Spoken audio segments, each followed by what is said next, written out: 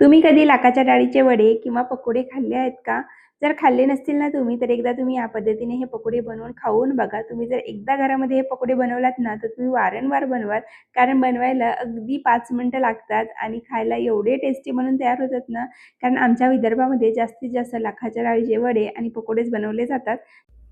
आणि आता जिकडे-तिकडे पाऊससुद्धा पडतोय, तर अशा पावसामध्ये गरमागरम काहीतरी खावंसं वाटतं. तर अशा वेळेसाठी तुम्ही 5 मिनिटाची रेसिपी नक्की ट्राय करू शकता.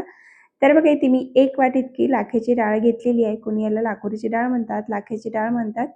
तर ही ना सेम तुरीच्या डाळीसारखी दिसते, पण थोडीशी वेगळी आहे बघा दिसायला. ह्याचा टेक्स्चर थोडंसं वेगळं असतो आणि ती थोडीशी दिसायला वेगळी दिसते, पण जवळपास तुरीच्या डाळीसारखीच दिसते.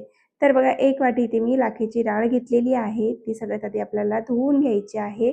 तर बघा एका बाउलमध्ये मी लाखेची डाळ ॲड करून घेतली. त्याच्यामध्ये थोडंसं पाणी ॲड केलेलं आहे. हाताने छान घासून आपल्याला ही डाळ धुवून घ्यायची आहे. डाळ इथे धुवून तयार आहे. आता याच्यातला जो खराब पाणी आहे ना, तो पाणी आपल्याला काढून घ्यायचं आहे आणि इथे आपल्याला दुसरं पाणी ॲड करून ही डाळ भिजत ठेवायची आहे. तर बघा परत इथे मी 2 ग्लास इतकं पाणी ॲड करून घेतलेलं आहे आणि आता आपल्याला ही डाळ ना 1 ते दीड तासासाठी भिजत ठेवायची आहे. जशी मुगाची डाळ पटकन भिजली जाते ना, तशीच ही डाळसुद्धा पटकन भिजली जाते. खूप जास्त वेळ लागत नाही. जास्तीत जास्त 1 ते 2 तास भिजवायचं. तर बघा इथे डाळ खूप छान भिजलेली आहे. मी झाकण लावून 2 तासासाठी बाजूला ठेवून घेतली होती. तर बघा डाळ आपली भिजून पूर्णपणे तयार झालेली आहे. आता आपण याच्यातलं पूर्णपणे पाणी काढून घेऊया.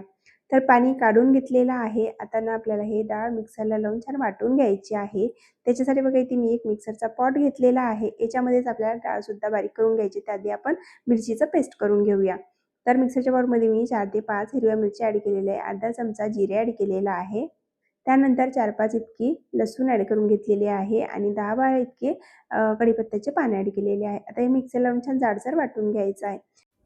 तर बघा इथे मिरचीचं वाटण तयार झालेलं आहे. आता आपण हे एका वाटीमध्ये बाजूला काढून ठेवून घेऊया. म्हणजे आपल्याला याच पॉटमध्ये डाळसुद्धा बारीक करता येईल.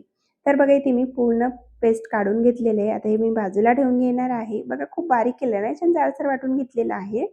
तर आता त्याच पॉटमध्ये ना धुवायचं नाही पॉट, त्याच पॉटमध्ये आपल्याला जी डाळ आपण भिजत ठेवलेली आहे, ती डाळ आपल्याला थोडी-थोडी करून वाटून घ्यायची आहे. पण इथे मी थोडी कमी प्रमाणामध्ये डाळ भिजवलेली आहे. त्यासाठी एकाच वेळेला पूर्ण डाळ इथे मी वाटून घेणार आहे. हवं तर तुम्ही इथे थोडं-थोडं करून 2 बॅचमध्ये सुद्धा वाटून घेऊ शकता. पण मी हे एकाच वेळेला वाटून घेणार आहे. आणि बघा आपली डाळ वाटून इथे तयार आहे. एकदम बारीक वाटून घेतलेली आहे. जसं मुंगुडी बनवतो की नाही आपण मुगाच्या डाळीची वडी बनवतो ना वडे किंवा पकोडे बनवतो की नाही, तसेच आपल्याला एकदम बारीक डाळ वाटून घ्यायची आहे. तर बघा आपली डाळ वाटून इथे तयार झालेली आहे. एकदम स्मूथ डाळ वाटून घेतलेली आहे. आणि हे ना मी वडे बनवणार नाही, पकोडे बनवणार आहे. त्यासाठी एकदम बारीक वाटून घेतली. हेच आपल्याला जर पकोडे बनवायचे असते ना, थोडीशी जाडसर वाटावी लागली असती. तर बघा पूर्ण डाळ वाटून तयार आहे. आता आपण एका हे बाउलमध्ये काढून घेऊया. तर इथे मी पूर्ण डाळ काढून घेतलेली आहे किंवा डाळीचं जे बॅटर आहे ते मी काढून घेतलेलं आहे पूर्ण. आता याच्यामध्ये जे हिरवी मिरचीचं पेस्ट करून ठेवलेलं आहे ना आपण, तो सुद्धा ॲड करून घ्यायचा आहे. आणि आता घरामध्ये जे आपण रेग्युलर मसाले वापरतो त्याच्यातले थोडे-थोडे ॲड करून घेऊया. तर बघा इथे मी पाव चमचा मिरची पावडर, पाव चमचा धने पावडर, पाव चमचा हळद, पाव चमचा गरम मसाला ॲड केलेला आहे आणि अर्धा चमचा इतकं चवीपुरतं मीठ ॲड करून घ्यायचं आहे. त्यानंतर एक मोठा चमचा भरून किंवा 1 टेबलस्पून इतकी तीळ ॲड करून घ्यायची आहे. पाव चमचा इतकं ओवा ॲड करायचं आहे. भरपूर सारी बारीक चिरून घेतलेली कोथिंबीर ॲड करायची आहे आणि आता हे सगळं छान आपल्याला फेटून घ्यायचं हाताने. 5 ते 6 मिनिटापर्यंत एकाच डायरेक्शनमध्ये आपल्याला हे सगळं डाळीचं बॅटर फेटून घ्यायचं. म्हणजे डाळ छान हलकी होते आणि आपले पकोडेसुद्धा खूप छान असे जाळीदार बनून तयार होतात. तर आपला बॅटर तयार झालेला आहे. इकडे मी बघा तेलसुद्धा तापण्याकरिता ठेवलेले. तेल छान कडकडीत गरम करायचं. जसं आपण भजीसाठी तेल गरम करतो की नाही, तसं तेल गरम करायचं आणि त्यानंतर छोटे-छोटे पकोडे आपल्याला सोडून घ्यायचे तेलामध्ये. तर बघा इथे जेव्हा आपण पकोडे टाकतो की नाही, त्यावेळेला गॅस ना हाय फ्लेमवर ठेवायचं.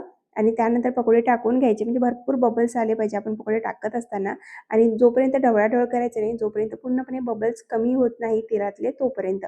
आता बघा तुम्ही तेलातले पूर्ण बबल्स कमी झालेत आणि आता या स्टेजवर मी पलटून घेणार आहे. जर तुम्ही मध्येच याला पलटून घेणार ना लगेच टाकल्याबरोबर, तर भजी असेल किंवा वडे असेल त्याचा शेप बिघडतो. ते दिसायला व्यवस्थित दिसत नाही आणि तेलही खराब होते. त्यासाठी बघा 2-3 मिनिटं असंच ठेवायचं. छान त्याला एक लेयर येऊ द्यायची. हलकीशी लेयर म्हणजे गोल्डन लेयर येऊ द्यायची. थोडंसं तळू द्यायचं 1-2 मिनिटापर्यंत आणि त्यानंतर त्याला पलटून घ्यायचं. छान असं क्रिस्पी गोल्डन कलर येईपर्यंत मीडियम गॅसवर आपल्याला हे पकोडे तळून घ्यायचे आहे. आणि इथे बघा छान असा गोल्डन कलर आलेला आहे, मस्त असे क्रिस्पी पकोडे बनवून तयार झालेत. आता आपण हे काढून घेऊया. तर इथे आपली पहिली बॅच तळून तयार झालेली आहे.